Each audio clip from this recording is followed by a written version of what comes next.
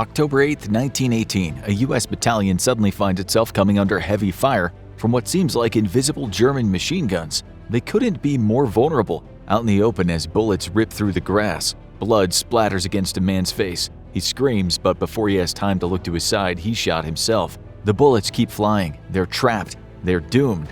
One by one, these proverbial sitting ducks fall into the thick French mud. It should have been a massacre. It would have been a massacre if it wasn't for one man.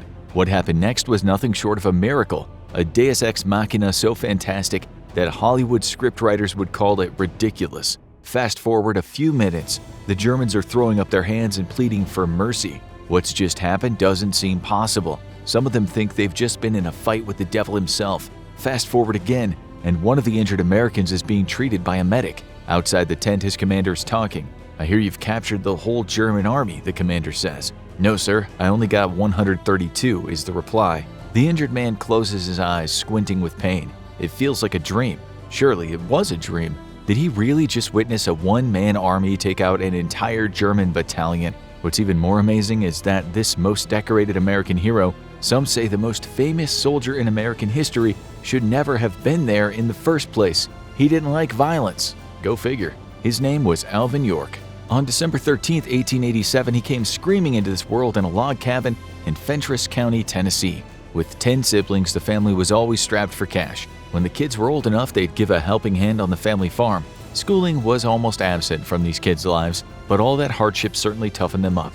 One day that would come in handy. It would save many lives. Like his brothers and sisters, Alvin only did a few months of school. He could hardly read and write, but when it came to fishing, hunting, and sometimes fighting, he was better than most kids. Disaster struck in 1911 when the father suddenly passed away. Alvin's mother could earn the odd buck from sewing clothes, but it was never enough. Some of Alvin's siblings had already moved out by this point, making him the eldest of the children still living at home. That's why he became a bit of a surrogate father. He got a job on the railroad, after which he did a stint as a logger. Jobs that could sometimes be ruthless, but Alvin was as hard as they came.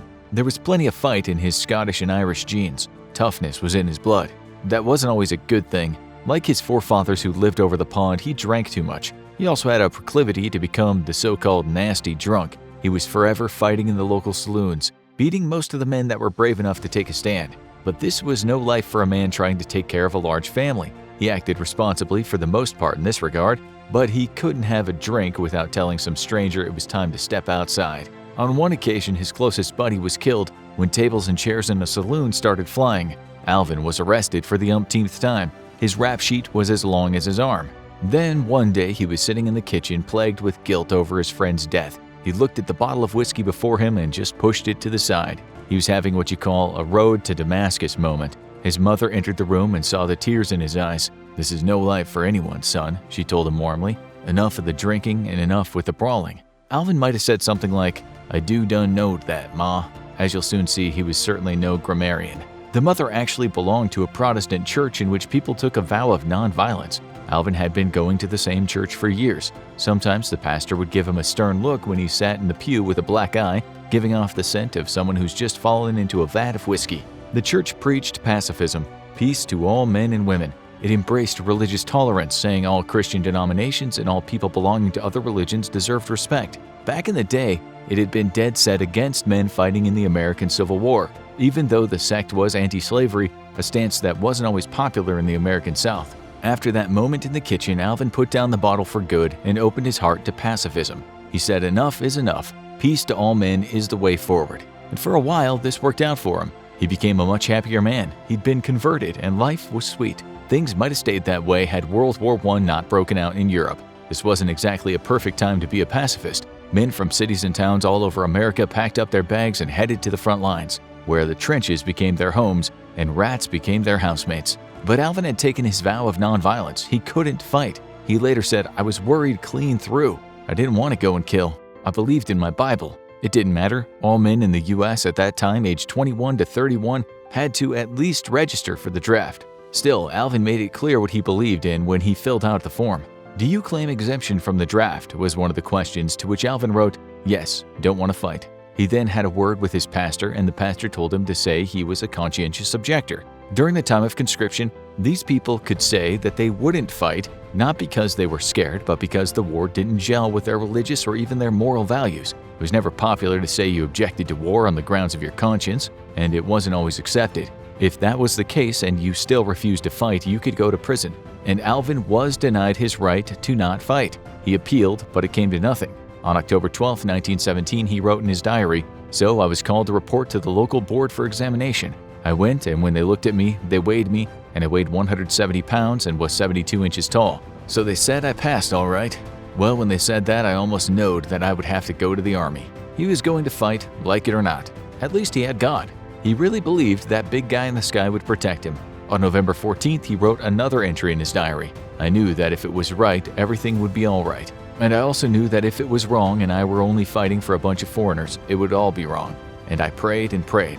I prayed 2 whole days and a night out on the mountainside, and I received my assurance that it was all right, that I should go, and that I would come back without a scratch." He was assigned to Company G, 328th Infantry Regiment, 82nd Infantry Division. It soon became apparent to his officers that Alvin had some mean skills. You see, all that hunting when he was a kid had turned him into what the officers called a crack shot. He could hit almost anything. In front of him was a sharpshooter in the making. Alvin often conversed with the officers about him being a pacifist. Captain Edward C.B. Danforth and the battalion commander Major G. Edward Buxton could understand. They were both religious men too, but they told Alvin that sometimes you have to fight for the greater good. They said violent actions needn't be done through anger or hate and could just be something that needs to happen in order to make the world a better place. Soon after, Alvin found himself under the gray clouds of Britain, a different world altogether from his native Tennessee. And by God, were those Brits hard to understand. Sometimes he just nodded his head when he had no idea what people were saying. As for the Scots, his very own ancestors, they might have well been speaking Arabic. Accents from Liverpool, where he spent some time, weren't much easier to understand. Next, he was sent to France, where he did more training on the Western Front. It was soon well known what a formidable sharpshooter he was. In March 1918, he wrote in his diary, "Shooting at squirrels is good, but busting a turkey at 150 yards, ho-ho! So the army shooting was tolerably easy for me." His time was coming. Alvin was about to see some action as he was headed for the trenches. On May 21st, he talked about the men he'd be fighting alongside, writing, "It sure was a mixed platoon, with the Greeks and the Italians and New York Jews, and there were some Irish and 1 German. I sure did miss the mountain boys from Tennessee and Kentucky, but I got to like these other boys in my platoon. I was the largest in the platoon." When the bullets started flying, he said his platoon was nervous. Just about all of them had never seen action. Some of them still looked like children. They did more dodging than shooting, with Alvin saying, "When those pesky bullets came humming and buzzing around our ears, just like a lot of mad hornets and bumblebees when you rob their nests at home in Tennessee, we used to do a powerful lot of ducking." During the nights, he'd sit alone with his thoughts, asking God what he should do. He didn't really want to kill any Germans. He didn't like the sight of dead men, guys whose bodies rotted along with the pictures of their wives in their pockets. And man, was he starting to hate trenches. In September, things really started to get hair-raising. The artillery attacks barely ever stopped. The battalion was told to try to push forward, but they lost some men each time they attempted. Alvin was now getting used to talking to a friend one minute and the next saying a prayer for him. His feet had been wet for weeks. He was beginning to worry about the dreaded trench foot. He still wholeheartedly believed God was watching over him. Again and again, as the bullets rang out, he remembered the passage in the Bible, Deuteronomy 21. "When thou goest out to battle against thine enemies, and seest horses and chariots, and a people more than thou, be not afraid of them, for the Lord thy God is with thee." He got lucky too, which only consolidated his belief that God was at his side. He wrote this in his diary, "While we were dug in on the hillside beyond Noroi, we saw a little vineyard. We were very hungry, and I'm telling you, those grapes just naturally made our mouths water. So we began to slip back after the grapes. But the Germans had an observation balloon up in the air, and they saw us in the vineyard, and directed the German artillery to touch us off. They escaped with their grapes, but it was a close shave." Soon Alvin was told his battalion would be joining the Meuse-Argonne offensive. This was a huge push on the Western Front. In fact, it's still the largest offensive in American history, with the U.S. employing 1.2 million American soldiers to move on the Germans. About 350,000 U.S. troops were injured, with around 26,000 of them dying. A similar number of Germans died, and God only knows how many French were killed. It was carnage in a war where carnage was a mainstay, when at times pushing forward seemed more like hopelessly running into bullets. Every yard of ground was fought over. Men's blood seeped into the soil. To make things worse, many of the U.S. soldiers were green and didn't have much battle training, not to mention the setback of so many guys coming down with the Spanish flu. There were 3 phases to the offensive involving close to 2 million men from all sides. so it didn't seem like a big deal when Alvin and his battalion were told they'd be taking Hill 223 from the Germans. If they were successful, they'd sever the WWI railroad close to the commune of Châtel-Chehery. It would be just one small fight among many, but they had to do it. The Germans relied on that railway for resupply. Alvin went to sleep that night thinking about his mother, brothers, and sisters. He'd been told the battalion would come under heavy fire from German machine guns. He knew his life was at risk. He accepted it. God would make sure things turned out all right. At 6:10 a.m., they began the push forward. The Germans opened fire as Alvin and a group of 18 men headed by Sergeant Bernard Early tried to sneak behind German lines to take out the machine gun nests. This proved to be a success. Soon they had the German machine gunners looking at the ends of their guns. Some of them ran like rabbits when one guy stood up and shouted, "Kamerad, we surrender." 15 to 20 German soldiers stood up. There was no point in shooting them, they were done. But just as the feeling of relief came over Alvin, bullets started flying from all directions. He had no idea where they were coming from. He got down in the grass, watching as it was mowed down by a hail of bullets. Who was firing? 1, 2, 3, 4, 5, 6 of his men were hit and killed almost instantly. Others were now lying on the ground screaming. It was chaos. The bullets seemed to be coming out of thin air. Sergeant Early was hit, and Alvin pulled him to safety. Early told him he must take those nests at any cost. More men started falling as Alvin tried his best to move them to safety. Only he could get them out of this. He later wrote, "That left me in command. I was right out there in the open." If he failed, all of his battalion would likely die, or certainly be taken prisoner. With his head low, he crawled through the grass. He then stood, made a dash, and hid behind a tree. Bark hit him in the face as the Germans kept on shooting. He realized he just had to point his gun and shoot back. So he did, now out in the open again with scores of machine gun nests firing in his direction. He could barely see who he was firing at, but it seems like he just kept hitting his target. One by one, German men started falling. How were the Germans not hitting Alvin? It was as if bullets were going right through him. He later explained, "I knowed that in order to shoot me, the Germans would have to get their heads up to see where I was lying. And I knowed that my only chance was to keep their heads down. And I done it. I covered their positions and let fly every time I seed anything to shoot at. Every time a head came up, I done knocked it down. Then I would sort of stop for a moment and another head would come up and I'd knock it down too. I was giving him the best I had." God, he believed, really did have his back. He wrote in his diary, "Over 30 of them in continuous action were spitting fire and cutting up all around me, but they didn't seem to be able to hit me." He picked up another rifle and fired off as many rounds as possible before the gun heated in his hands and made it almost impossible to hold. There must have been 30 machine guns returning fire. Suddenly, 5 Germans got out of their positions and ran at him with fixed bayonets on their guns. Alvin fired off his last clip and then pulled out his pistol. He wrote, "I touched off the 6th man first, then the 5th, then the 4th, then the 3rd, and so on. And that's the way we shoot wild turkeys at home. I guess I just naturally did it. I know too that if the front ones wavered, or if I stopped them, the rear ones would drop down and pump a volley into me and get me." He just kept on shooting. By this time, he had no idea how many Germans he'd killed. Some of his own men lying injured nearby couldn't believe their eyes. It looked as though Alvin was bulletproof, and he seemed to kill a man every time he fired. He literally couldn't miss. He later wrote, "I knowed now that if I done kept my head and I didn't run out of ammunition, I had them. So I done hollered to them to come down and give up. I didn't want to kill any more than I had to. I'd take a couple of them off and holler again. But I guess they couldn't understand my language, or else they couldn't hear me in the awful racket that was going on all around." Now German bodies were strewn all over the ground. The guys who just charged at him with bayonets were dead or close to it. Alvin moved forward when he saw the German commander stand up. The commander shouted, "English." Alvin shouted, "No, not English." The commander shouted, "What?" Alvin replied, "American. I'm American." The commander seemed to survey the area. Not for 1 second did Alvin let his concentration slip. The commander told him, "If you stop shooting, I'll make my men come out." He added, "Just stop shooting, we'll surrender." Alvin wasn't sure he should believe him. But when he looked around at what he'd done, he realized that as strange as it looked, he was the one in the better position. The German commander really didn't think he could win. He just witnessed something he'd never seen throughout his entire military career. One man had taken out a good chunk of his battalion. Alvin then blew his whistle, and out came the Germans, each of them throwing down their guns and sticking their hands in the air. One of them tried to trick Alvin, coming out but sneakily throwing a grenade. Alvin later wrote, "He threw a little hand grenade which burst in the air in front of me. I had to tech him off. The rest surrendered without any more trouble. There were nearly 100 of them."